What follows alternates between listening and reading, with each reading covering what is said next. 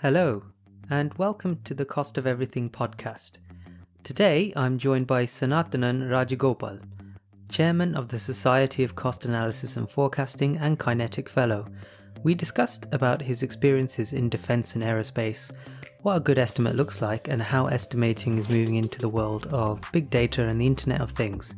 We also talked about some of the upcoming seminars and how you can get involved in the estimating community.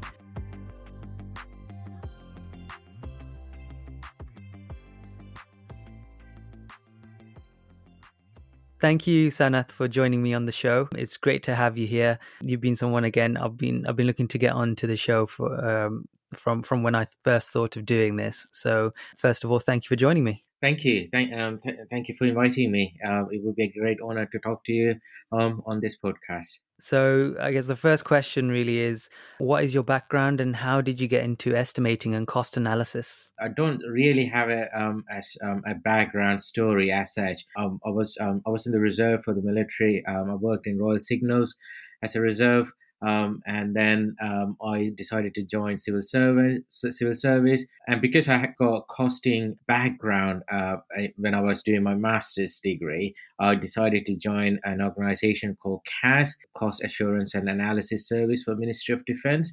And that's really where my costing career started.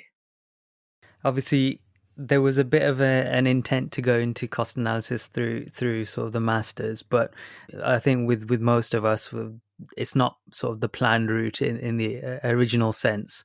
Most estimators are engineers by background or mathematicians or scientists. So yeah, I mean, it's always a question is what the origin story is. But so you work sort of in defense and aerospace. I had Christian Smart on from Galarath before on a previous episode, and we discussed some points around the cost of defense and aero and how they can be very high. So I was just wondering what your experience was of defense and aero and what makes it costly and what makes it tend to subject to overruns and schedule overruns. Before I start, I'm not representing Ministry of Defense, and this is my personal view, and I'm not representing any aerospace or defense industry. And I reiterate the fact that this is just my personal view based on the experience that I had working on a defense and aerospace industry. So most of the defense and largely defense projects tend to last for longer, right from the start, from the conceptual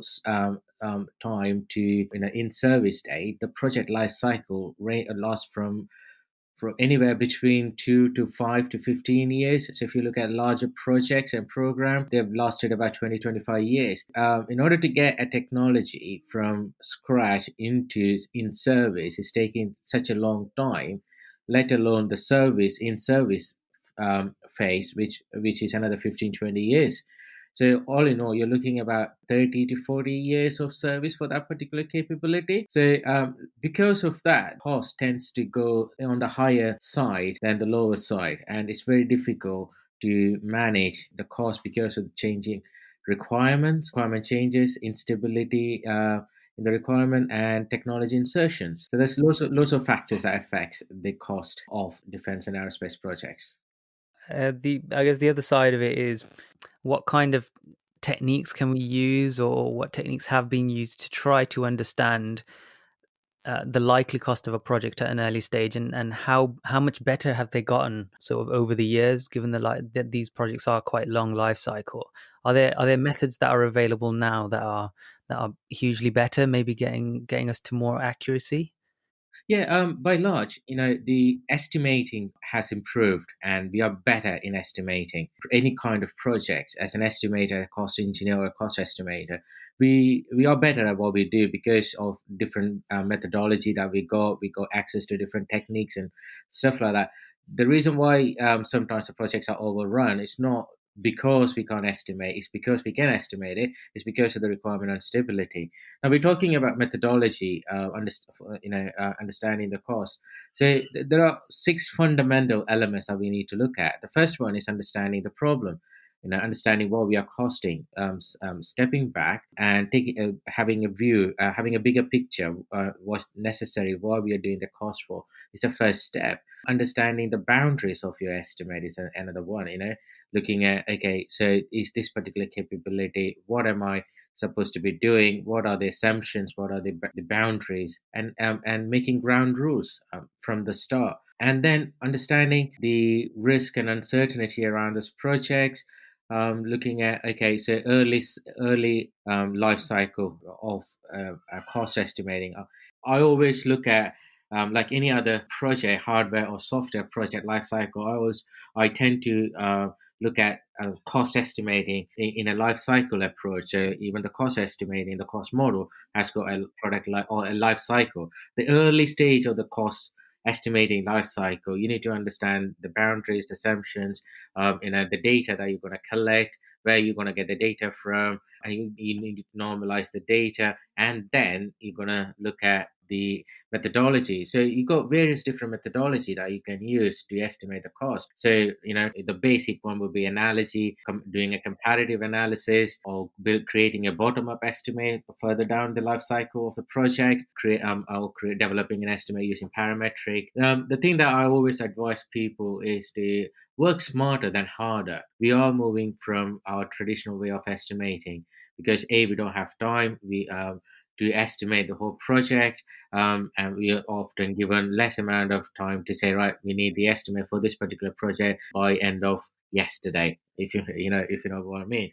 So the important part is working smart. So what do I mean by working smart?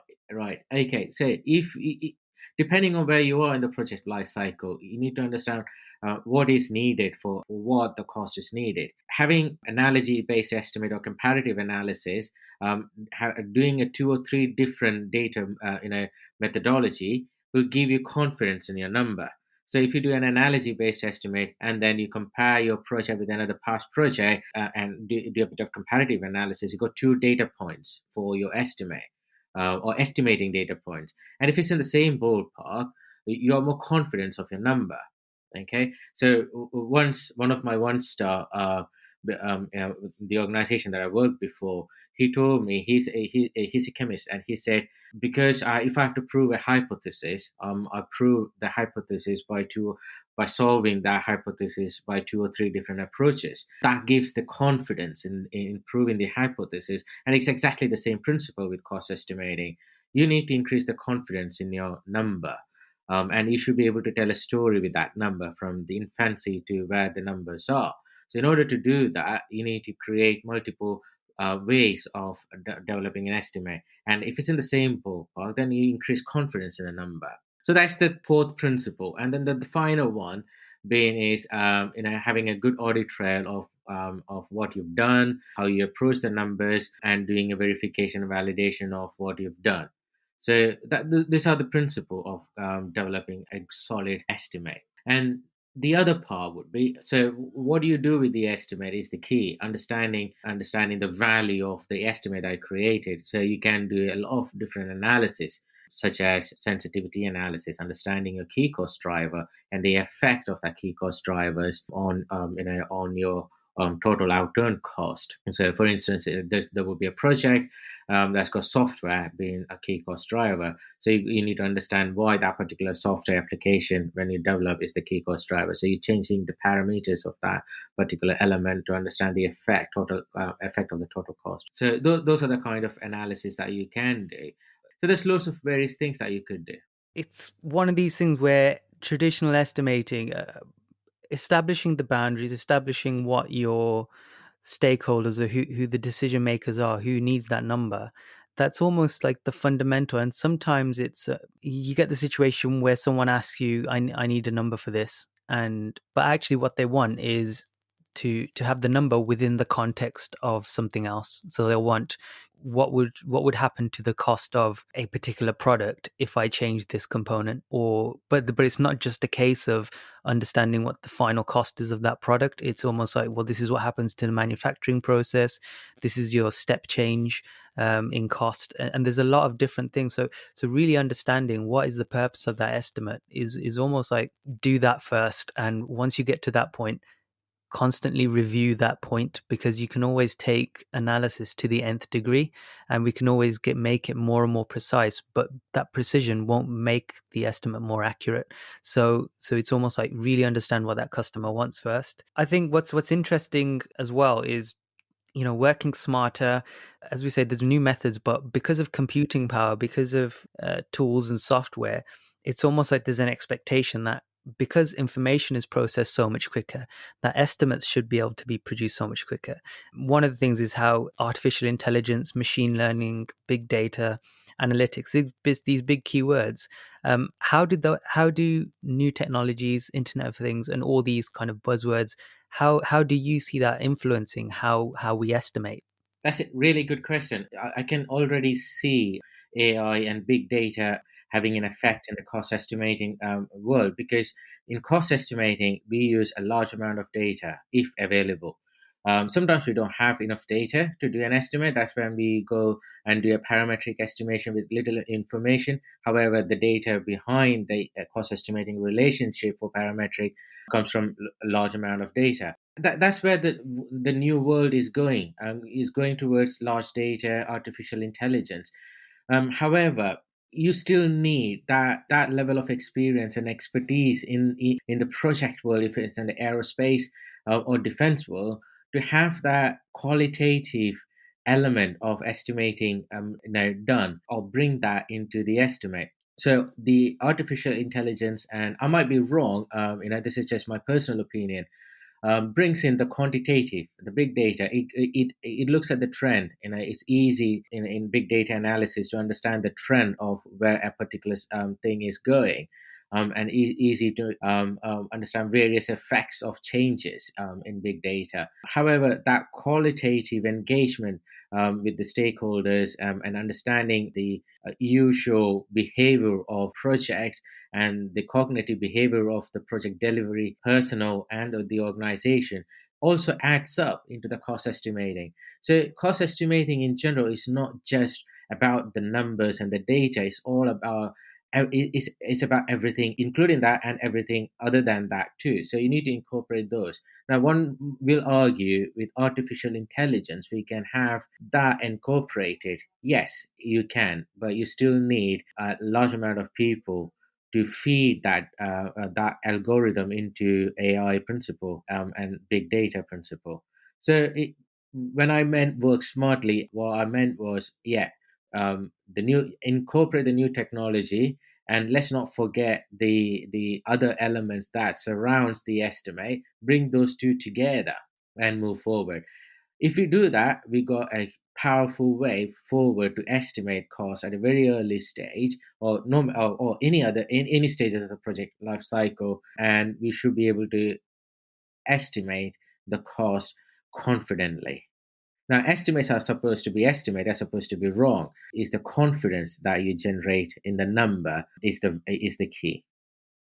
That's a really interesting and a really important point to make. It's not saying that the technology replaces all that qualitative work, all the setting up, all the teamwork, essentially, because you're still part of a team in needing, there's systems engineers, there's procurement, there's project management, everything is involved. It's an interdisciplinary sort of activity, really. And I think what you've raised there is very important, because there could be a tendency to start to over rely on being able to push a button and it producing an answer, especially probably even more so now than probably has been the expectation in the past, although that expectation has been around for a long time about estimating as well. But I think one key thing to pick up on there is the trust and the confidence in the output that is being produced, potentially through more advanced applications of cost analysis and cost estimating techniques. One question I had is, how do you think we can help decision makers or people using the number to start to trust the output from, for example, machine learning algorithms, in particular when applying this to cost estimating future work? A couple of key things in there. So with large data and the machine learning, the machine is going to learn from the data that you input, right? So you need to have a good data scientist, or the guys who can do data analysis, and validate the data before it goes into the algorithm. So that's important. So you need to create a robust way of inputting the data into the machine learning or big data analysis. That's one key element. And how do you increase confidence in the decision makers is by telling the story of the number. So decision makers would like to know where they can spend money and how much risk or uncertainty that they've got, and what are the opportunities that they can use. That's really what key decision makers are after. So in order to create confidence for the decision makers, you should be able to tell the story of the number that you generated. So starting from scratch, in sense, okay, where did I get the initial data from? How that particular data point evolved into something like this. What was the risk? What's the uncertainty in the project? What's the where's all the risk is going to happen? The probability of the risk going to happen, and those kind of stuff. So you're telling a story to the decision maker, and with AI and machine data, that data that goes into that algorithm is what counts. So you have to validate those data. You have to verify where the data is coming from, do a proper data normalization, and then feed that data into the algorithm. I think the other side of it for me is something that I guess I don't really hear too much about. I read around about how, machine learning, how big data analytics, how then we'll get more information in a short amount of time, easier to analyze, more granularity in the analysis, which means we should be able to get greater insights and a better understanding of how much the reasons why projects cost the way they do, and also be able to do predictive analytics better and faster, be more responsive, I guess more agile.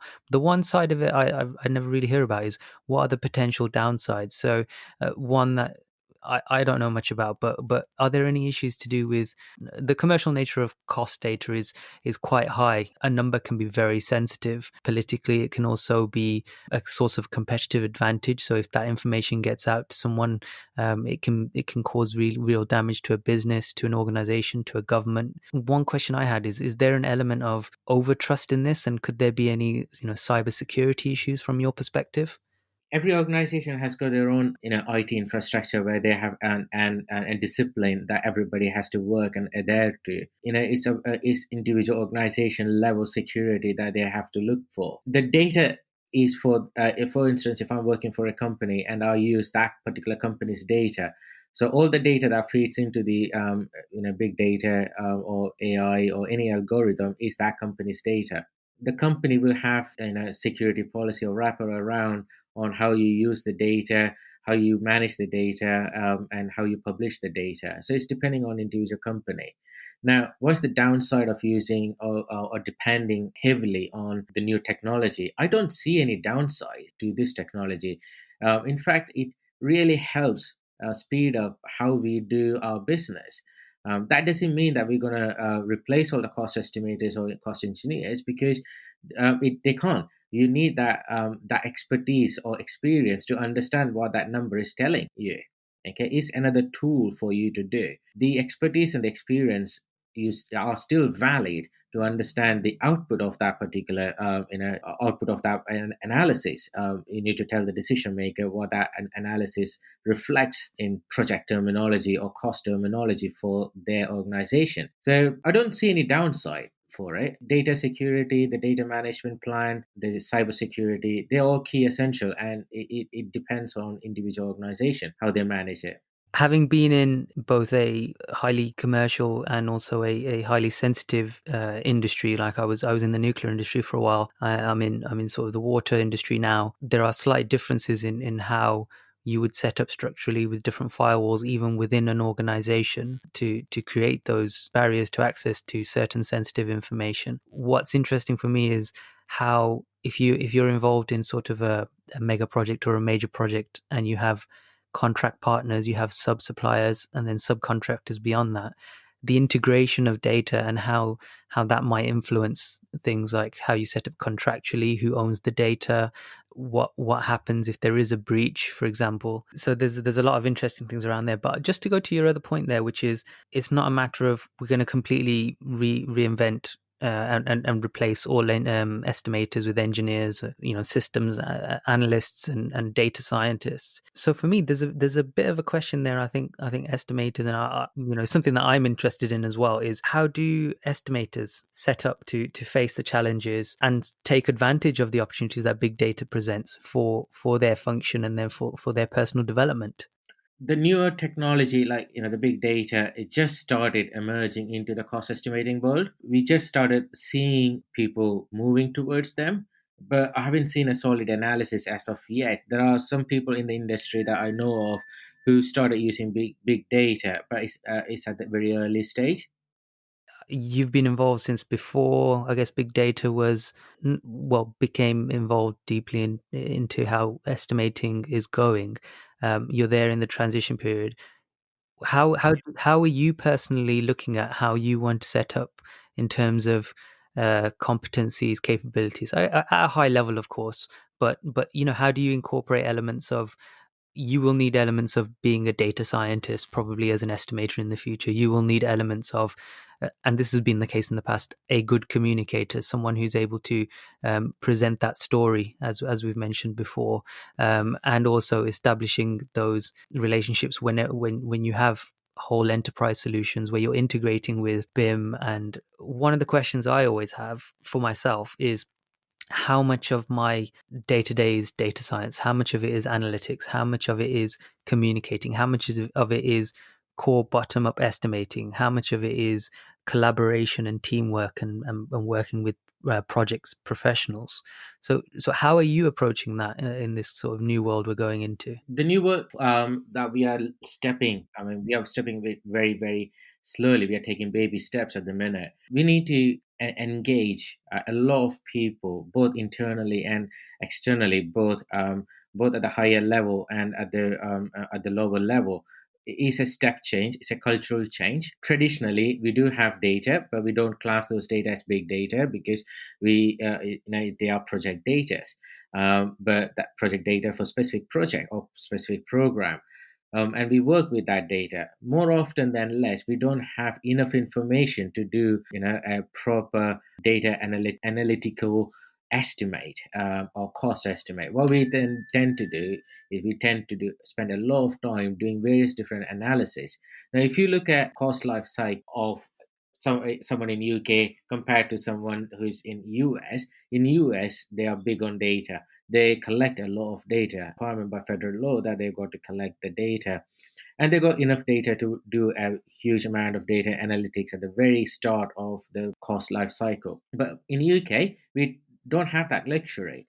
So we make a lot of assumptions, we make ground rules, and we do a lot of analysis at the later part of the cost modeling life cycle. Once we build the model, we do a lot of analysis just to make sure that we are the number says what it is and how the number is derived, etc., etc. So the new world, first we need data. We need to collect the data. We need to start engaging with key stakeholders within industry, within organization level and pan organization level, and then we need to start educating people, and then slowly introduce the new technique, training, and all that kind of big chunky element. And it's going to be a huge transitional program. To traditional cost estimators, cost engineers may not comply to the new changes because that's too complex for us. It's machine learning, it's big data. We do get that, but then that's where the educational piece, talking about advantages of doing this and how very quickly we can get to a result. We need to showcase that, and we need to show both the benefit and disadvantages, if any. Communicate this effectively. Yeah, so talking about sharing this and helping people to understand, professionals especially, and getting them together and really understanding what the industry, what not so much the industry, but what the profession requires. I know that you're chairman of SCAF, the Society of Cost Analysis and Forecasting. This is essentially that's how I met you, to be honest. By when I had the opportunity to present at SCAF as well. I don't know if you wanted to just explain a little bit about what SCAF is and what it does and what your role is there, and I guess any plans and key events coming up as well. I got elected as a chair last year for within SCAF, Society of Cost Analysis and Forecasting. This is an organization in UK, and we provide a platform for people to come in and share and gain knowledge on cost estimating. So we started few years ago.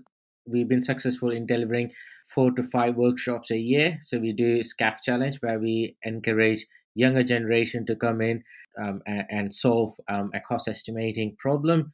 So this year, obviously because of the crisis, we were not able to do a workshop as such, but we are doing an online virtual SCAF challenge.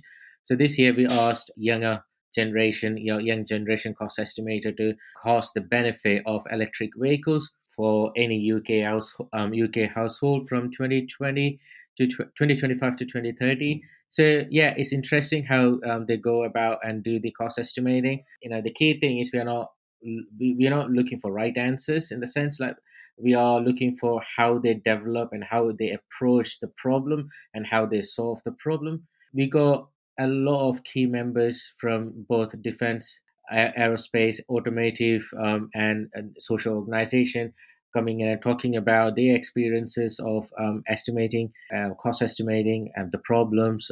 And you got tool vendors coming in and talking about the tools and the techniques that they develop. Yeah, it's a platform for people to share, gain, and network in cost estimating. So that's SCAF. We got a good, strong committee. And obviously, because of this year's COVID-19 crisis, we now gone online and virtual. So most of our events now, or all the events until further notice, will be virtual. So we got a joint workshop with ICEA, which is International Cost Estimating Analysis Association. We're going to do that from November. That will happen every other week until early December. And next year, hopefully, if when the crisis is all settled down, we're going to go back into our normal workshop routine. Brilliant, and I will share all the links because some of those the information is available online already, and of course, as we get close to the dates, I'll share them on the show as well, so that people know that they're coming up. And I know that you've done quite a few bits of work with ICEA in the past as well. I think you've got a have you got a webinar coming up as well that you're going to be presenting on, is it software? That's correct. Yes, my basic background being I'm a software cost estimator, so that's what I'm interested in. So estimating the cost of software development, maintenance, support costs. So I'm doing a piece, a webinar with ICEA. I believe it's the 8th of October, and I'm talking about is the software cost estimating the problem solved, because people largely think software cost estimating is a black art and it's very difficult to do. And in this talk, I'm proving them it's not. It's actually very similar to any hardware or system estimating.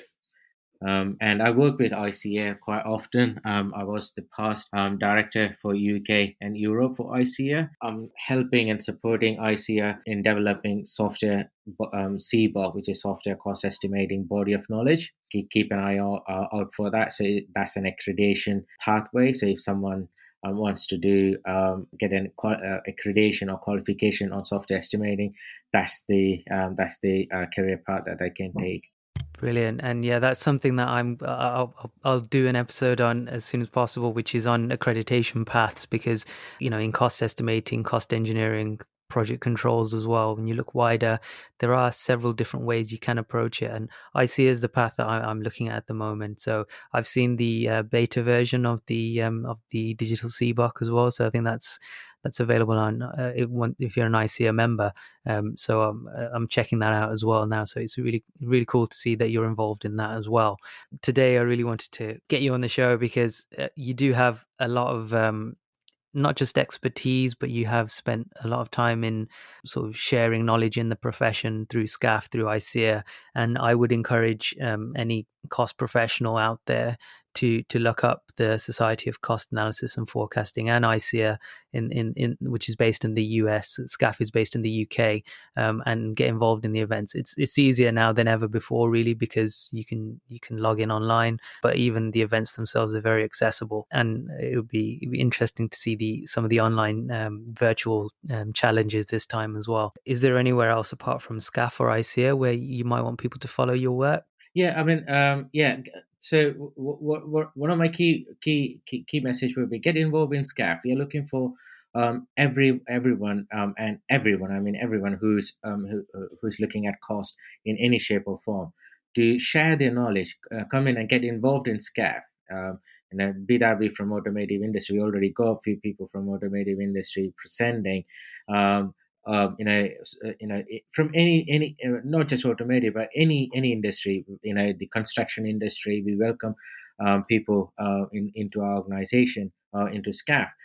Get involved. Let's make this more accessible. Let's find out what's happening in the other industry. Is it the same problem that we are facing in defense and aerospace? That those kind of stuff. So get involved in SCAF. The other place where, I mean, I've got various publications online. Science Direct is one of the place where you can go and look for publish few works on software obsolescence.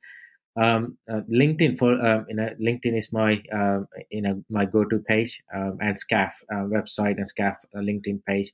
ICEA, ICEA is the another page where you can go and follow the work. We do a lot of work. We collaborate a lot with ICEA lately, and we tend to and going forward we tend to do a lot more collaboration with ICEA. Once again, thank you for joining me on the show today, Sanath. And I'm, going to drag you onto the show at some point in the future as well to talk about software and software obsolescence, because that deserves a show in and of itself. And thank you for inviting me into your show. Much appreciated. And that's today's episode. All the links to SCAF and ICEA are in the description accompanying this episode. Please subscribe to the show and share it with your friends and colleagues. Have a great week.